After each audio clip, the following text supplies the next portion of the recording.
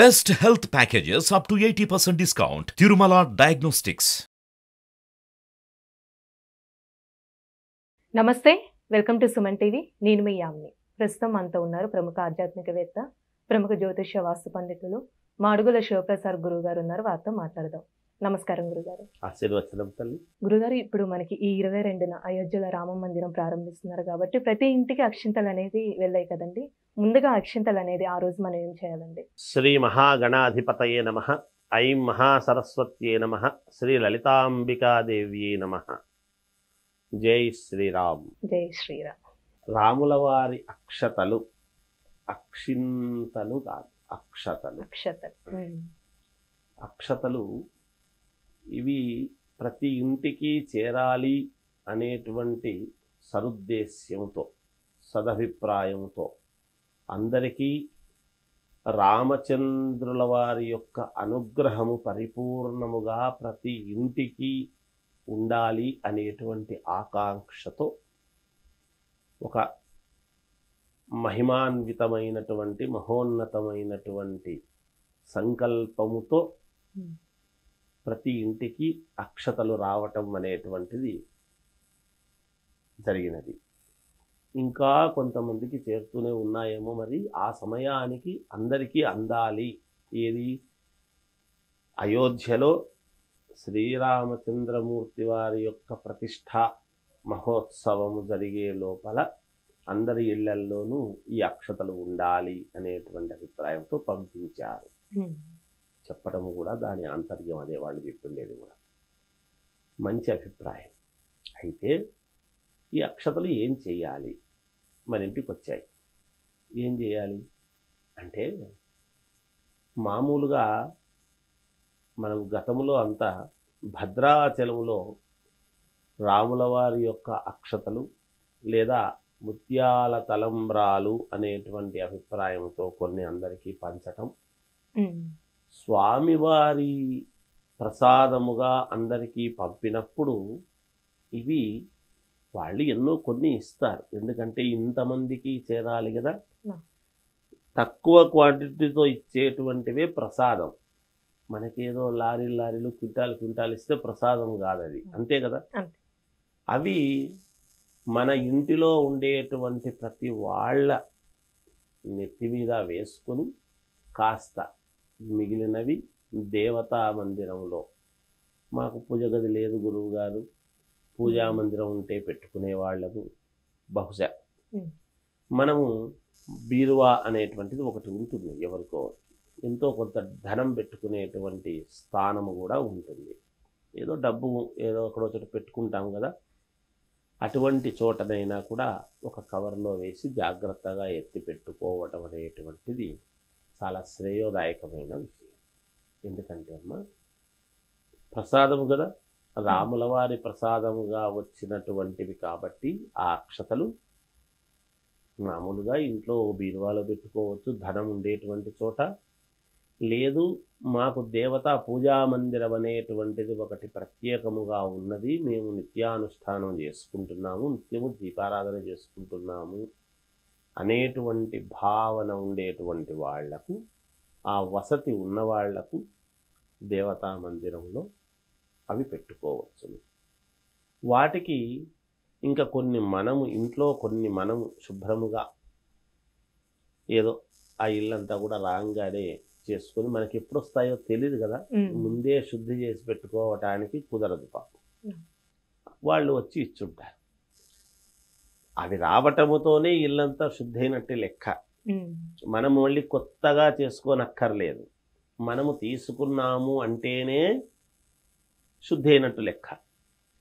అవి తీసుకుని మన ఇంట్లో కొన్ని ఇంకా కొంచెం దాన్ని కలుపుకొని కాస్త వచ్చిన నాడే ఒక 2 గింజలు నెత్తిన వేసుకుంటే మేలు జరిగేటువంటి విధానం ఒకటి. వివాహము కాని వాళ్లకు, సంతానము కాని వాళ్లకు, మరి భగవద్ అనుగ్రహంతో పంపించినవి కదా, అవి వేసుకుంటే ఉద్యోగాలు కావాలి అనుకునేటువంటి వాళ్లకు, వీళ్ళందరికీ కూడా ఉపయోగపడేటువంటివి అవి. ఇప్పుడు అక్కడ రాముల వారి యొక్క అక్షతలు అంటే ఎవరెవరికి ఏమేమి కోరికలు ఉన్నాయో ఆ కోరికలు తీరటానికే కదా. ఒక ఇల్లు కొనుక్కోవాలి అని, ఒక కారు కొనుక్కోవాలి, నాకు ఉద్యోగంలో ఉత్తీర్ణత రావాలి, ప్రమోషన్ కావాలి, లేదా మా అమ్మాయికి వివాహం కావాలి, మంచి అల్లుడు రావాలి, లేదా నా కొడుకు మంచి కోడలు కావాలి, ఇలాంటివి ఏవో ఉంటాయి. ప్రతి ఇంట్లోనూ ఏదో కోరిక లేని ఇల్లు ఉంటుందా? ఏదో కోరిక ఉంటుంది కదా తల్లి. అందువలన ఆ కోరికలు నిజంగా నెరవేరుతాయి అనేటువంటి భావనతో మనం నెత్తి మీద వేసుకుంటే తప్పకుండా మనము ప్రతినిత్యము చేసుకునేటువంటి కార్యక్రమాలలో భాగంగా మన ప్రయత్నాలు మనం చేస్తాం. మానవ ప్రయత్నం. ఆ వచ్చినటువంటి అక్షతలు మనము అంత దూరం వెళ్ళి నాకు కావాలి అని క్యూలో నిలబడి తెచ్చుకునే పని లేకుండా సూర్యభగవానుడి యొక్క కిరణాల వెలుగు మనము తలుపులు తీయకపోయినా లోపలికి ఎలా అయితే ప్రసరింపజేయబడుతుందో అంతే కదా తల్లి. ఇప్పుడు మనం తలుపులు వేసి ఉంటాము, బయట తెల్లవారింది అనేది అయితే తెలుస్తుంది కదా, కిటికీల ద్వారాను. ఎక్కడైనా సూర్యభగవానుడి ఆ వెలుగుకు మనం ఎంత తలుపులు వేసినా పగలు లోపలికి ఇది పగలు అనేది తెలుస్తుంది. ఎందుకు?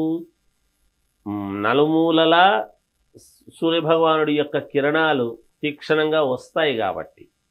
అలా కిరణాలు ఎలా అయితే వచ్చాయో అలాగే రాముల వారి యొక్క అనుగ్రహము మనకు అలా వచ్చింది అనేటువంటి భావనతో మనం అర్థం చేసుకొని వాటిని దేవుడి మందిరంలో పెట్టుకోవటం అనేటువంటిది చాలా అవసరమైన విషయం.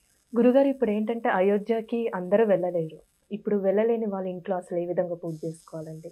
అయోధ్యకు వెళ్ళలేని వాళ్లకు ఇంట్లో ఏం చేయాలి అంటే, ఆ ప్రతిష్ట జరుగుతూ ఉండేటువంటి సమయంలోన సరే మామూలుగా టీవీల్లో ప్రతిదీ ప్రసార మాధ్యమాలలో చూస్తున్నాం. అయితే అక్కడికి వెళ్ళి రాముల వారి యొక్క ప్రతిష్ట, ప్రాణప్రతిష్ఠ కార్యక్రమ మహోత్సవాన్ని కనులారా చూడడానికి సంతోషంగా వెళ్ళేవాళ్ళు వెళతారు. కొన్ని కారణాల చేత, కారణాలు ఏమైనా కావచ్చు, అనేక రకాల కారణాలు ఉంటాయి. ఇటువంటి వాళ్ళు వెళ్ళలేని వాళ్ళు టీవీల్లో చూస్తూ ఉంటాం. అయితే ఆ ప్రతిష్టా కార్యక్రమము జరిగేటువంటి రోజు మన ఇల్లు కూడా కాస్త పసుపు నీళ్లు వేసుకుని శుద్ధి చేసి మన ఇల్లంతా కూడా శుభ్రం చేసుకొని, ఎందుకంటే ఇది రాముల వారి ప్రాణప్రతిష్ఠా కార్యక్రమము అంటే ఇంటింటా పండుగే, ప్రతి ఇంట పండుగే. అందుకని ప్రతి ఇంటిని కూడా మనం ప్రతి వాళ్ళు కూడా కాస్త పసుపు నీళ్ళు రోజు శుభ్రం చేసుకోవడము ఆనవాయితీ. ఆ రోజు కాస్త ఆవు పంచితము కానీ పసుపు నీళ్లతో కానీ మనం ఇల్లంతా శుద్ధి చేసుకొని దేవుడి దగ్గర దీపారాధన వెలిగించి ఉండి, మామూలుగా అగరబత్తీలు అవి వెలిగించుకొని, దీపారాధన వెలిగించి అగరబత్తీలు పొగ వెలిగించి, వీలైతే ధూపం సాంబ్రాణి పొగ ఇల్లంతా వేసి పెట్టుకొని కన్నులారా ఆ ప్రసార మాధ్యమాలలో వచ్చేటువంటివి వీక్షిస్తూ మనము చేసుకోవాల్సింది ఏమిటంటే ఆ మంత్రాలు అవన్నీ వింటూ ఉంటాం. మనం సహజమే వింటాము కదా అనుకుంటాం, కానీ అలా వినడం కాదు. మనకు మామూలుగా ఒక రామనామము జపాన్ని చేస్తే మంచిది. 11 గంటల 45 నిమిషాల నుండి 12:15 వరకు, అది అభిజిల్లగ్నము అన్నారు ముహూర్తం. అక్కడ ప్రాణప్రతిష్ఠా కార్యక్రమ మహోత్సవ సమయము సుముహూర్తము అభిజిల్లగ్నం అన్నాడు. అభిజిల్లగ్నము అంటే 12 గంటలకు అని చెప్పారు వాళ్ళు, ఇట్లా అని అన్నారు, మనం వింటున్నాం. అందువలన ఆ సమయానికి, ఏతత్ సమయమునకు అంటే అక్కడ జరిగేటువంటి సమయానికి మనము మామూలుగా జై శ్రీరామ్ శ్రీరామ్ శ్రీరామ్ అని కానీ, లేకపోతే శ్రీరామ రామ రామేతి రమే రామే మనోరమే సహస్రనామ తత్తుల్యం రామనామ వరాననే అనేటువంటిది కానీ, రాముడి యొక్క జపము చేస్తే అంతకంటే కావాల్సిందేటువంటిది ఇంకొకటి ఏమీ ఉండదు తల్లి. రామ జపము ఎంత చేస్తుంటామో మనకు అక్కడ కన్నులారా వీక్షిస్తూ మనం అక్కడికి ఉన్నట్టుగానే మనం అక్కడికి పోవడమైనా జరుగుతుంది. భగవంతుడు సర్వాంతర్యామి కాబట్టి ఆయనే ఇక్కడికి వచ్చి నిలబడినా అక్కడ ప్రతిష్ఠ జరుగుతుంది కదా, ఇక్కడికి ఎందుకు వస్తాడు అనుకోవచ్చు. కానీ అదే కదా భగవంతుడి యొక్క గొప్పతనం అంటాం. అక్కడ ఉంటాడు, ఇక్కడ ఉంటాడు, పేదవాడి హృదయంలో ఉంటాడు. పేదవాడి మనస్సు గొప్పదైతే మనస్సులోనే ఉంటాడు, మనిషిలోనే ఉంటాడు దేవుడు. అందుకనే దైవం మానుష రూపేణ అని మనం చెప్తాం.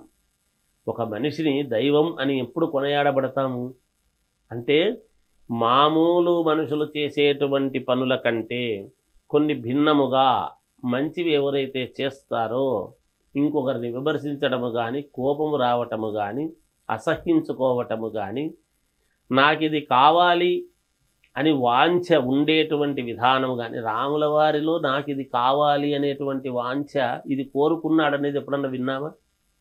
రామాయణంలో ఎక్కడా లేదు నాకు ఇది కావాలని, ఎక్కడా లేదు. ఆయనకు నాకు ఇది ఉండాలి అని ఎప్పుడు అనుకోలేదు. తండ్రి మాట జవదాటకుండా ఆయన ఏం చెబితే అది చేశారు. ప్రజల శ్రేయస్సుకు ఏది ముఖ్యమో అది చేశారు. అందువలన రాముడు దేవుడైనాడు. ఆయన కూడా మానవ రూపమే దాల్చాడు. శ్రీ మహావిష్ణువే మానవ రూపము దాల్చి, మామూలుగా అందరూ పుట్టినట్టుగానే పుత్రకామేష్ఠి యాగం అనేటువంటి ఒక యాగము చేస్తే, ఋష్యశృంగ మహర్షి యొక్క అనుమతితో ఆయన ఇదితో చేస్తే అలా జన్మించి మరి మహోన్నతుడైనాడు. మనమందరము దేవుడని కొలుస్తున్నాము. కానీ దశరథ మహారాజు కూడా రామచంద్రమూర్తిని కొడుకు అనేటువంటి భావన కాకుండా దైవము అనేటువంటి భావనతోనే చూశాడు. అందుకని నాయన రాబా అన్నాడు కానీ మనవాళ్ళు పిలిచినట్టుగా, అందుకే పూర్వము పెద్దలు ఎవరిని కూడా ఇంట్లో పిల్లలను ఒరే అని పిలిచేవాళ్ళు కాదు. నాయన, బాబు, ఇది చూడప్పా అని ఇలాంటి పేర్లతో అనేటువంటి వాళ్ళు. అందుకనే పూర్వము దేవుళ్ళ పేర్లు పెట్టుకున్నా కూడా ఎవరిని కూడా పేర్లతో పిలిచేటువంటి ఇది లేదు. ఆ పేరుతో పిలిచినా పుణ్యం వస్తుంది. ఒరే అనేటువంటి పదాలు లేవు ఆనాడు.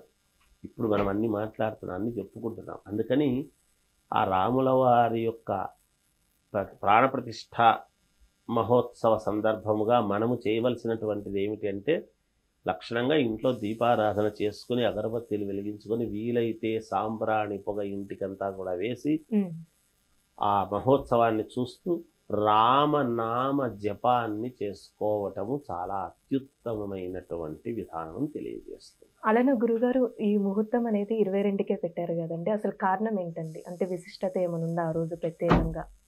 మహోన్నతమైనటువంటి ముహూర్తం అయితేనే కదా తల్లి మరి మహా పండితులు వాళ్ళు అందరూ చూసే కదా చేస్తారు. మనం ఏమిటంటే మనది చాంద్రమానము, స్వస్తి శ్రీ చాంద్రమానేనా అని మనం చెప్పుకుంటాం. వాళ్ళు సూర్యుడి యొక్క ఆధార ప్రకారముగా వాళ్ళు చేస్తారు. అందుకని అక్కడి దీని ప్రకారముగా అది చాలా ఉన్నతమైనటువంటిది, ఉన్నతోన్నతమైనటువంటిది, మహాద్భుతమైనటువంటిది, యోగవంతమైనటువంటిది కూడా. అందుకనే అది నిర్ణయించారు. దాంట్లో ఏమీ సందేహం లేదు, సందేహం ఉండాల్సిన అవసరము కూడా లేదు. ఎందుకమ్మా?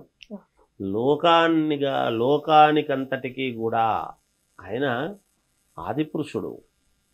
లోకాలను సైతము భగవంతుడు తన కనుసన్నలలో నడిపించగలిగినటువంటి ఇది ఇన్నాళ్లకు గాను, ఇన్ని వందల సంవత్సరాలకు గాను, ఇన్ని వేల సంవత్సరాలకు గాను రాముల వారు ఒకనాడు చిన్నతనములో అక్కడ అంతా కూడా పుట్టి పెరిగి చేసినటువంటి ఇది, దశరథ మహారాజు యొక్క ఆజ్ఞానుసారం అక్కడ తిరిగినటువంటి రాముల వారి యొక్క తన స్థానానికి మళ్ళా తాను చేరుకోవటము అనేటువంటిది మనము వాల్మీకి రామాయణంలో మనం చదువుకున్నాం. వాల్మీకి ఏ కులము ఏ మతము అనేటువంటిదా. అందుకే కొంతమంది కారణ జన్ముల యొక్క కులమతాలను మనం ఎప్పుడూ కూడా విమర్శించరాదు. వాళ్ళది ఆ కులం, వీళ్ళది ఒక కులానికి సంబంధించినటువంటి వ్యక్తులు కాదు. అన్ని కులాల వాళ్ళు సరేలే అనుకుంటేనే ఔన్నత్యం వస్తుంది. ఎప్పుడు కూడా అందరూ సమానంగా సరేలే అనవాలి. ఒక మహాపురుషుడు అనేటువంటి ఒక సమయానికి ఆయన ఫలానా ఒక లగ్నములో ఆయన జన్మించాడు రాముల వారు అని అనంగానే, ఒక కాలపురుషుడు ఒక మహాయుగ పురుషుడు పుట్టాడు అని అనంగానే ఎవరైనా దాన్ని స్వాగతించాలి తప్ప ఎవ్వరూ దానికి అతీతంగా మాట్లాడడానికి లేదు. అందుకని ఇన్ని సంవత్సరాల తర్వాత, ఇన్ని ఏండ్ల సంవత్సరాల తర్వాత, ఇన్ని వేల సంవత్సరాల తర్వాత ఆయన స్వస్థానానికి ఆయన అక్కడ ప్రతిష్ఠ కావటం అనేటువంటిది ఎంత మహామహిమాన్వితమైనటువంటి విషయం ఇది. అప్పుడు వాల్మీకి రామాయణంలో మనం చదివాం, మనం అందరి జన్మ ధన్యమైందని మనం భావించాలి. మనం ఈ 2024 సంవత్సరము అందరికీ కూడా, అన్ని రాసుల వాళ్లకు కూడా ఏదో ఒక రాశిలో మానవుడు పుట్టుంటాడు. ఏ కులము ఏ మతం అని కాదు, ఇక్కడ అందరూ ఏదో ఒక రాశిలో ఏదో ఒక నక్షత్రంలో పుట్టుంటారు. కానీ అన్ని నక్షత్రాల వాళ్లకు, అన్ని రాసుల వాళ్లకు కూడా ఈ రాముడి యొక్క ఇప్పుడు ఈ జనవరి ఇప్పుడు జరుగుతూ ఉంది కాబట్టి ప్రాణప్రతిష్ఠ కార్యక్రమము ఆ రామచంద్రమూర్తి సీతారామ లక్ష్మణ హనుమత్ సమేత అందరి యొక్క అనుగ్రహము అన్ని రాసుల వాళ్లకు, అన్ని నక్షత్రాల వాళ్లకు అందరికీ ఉండి అందరికీ మేలు జరుగుతుంది గాక. ఈ సంవత్సరము ఎవరికీ ఎటువంటి ఇబ్బందులు లేకుండా అందరూ టీవీల్లో చూసిన వాళ్లకు, అక్కడికి వెళ్ళి చూసిన వాళ్లకు, అయ్యో మాకు టీవీ లేక మేము చూడలేకపోతేమే అని చెవులతో విన్నవాళ్లకు, ఒకవేళ కళ్ళు కనపడక చెవులతో వింటూ ఉండేటువంటి వాళ్లకు అందరికీ కూడా సర్వమానవాళికి మేలు జరుగుతుంది అనేటువంటిది నా భావన. తల్లి చాలా చక్కగా తెలియజేశారు గురుగారు. ధన్యవాదాలు. జయోస్.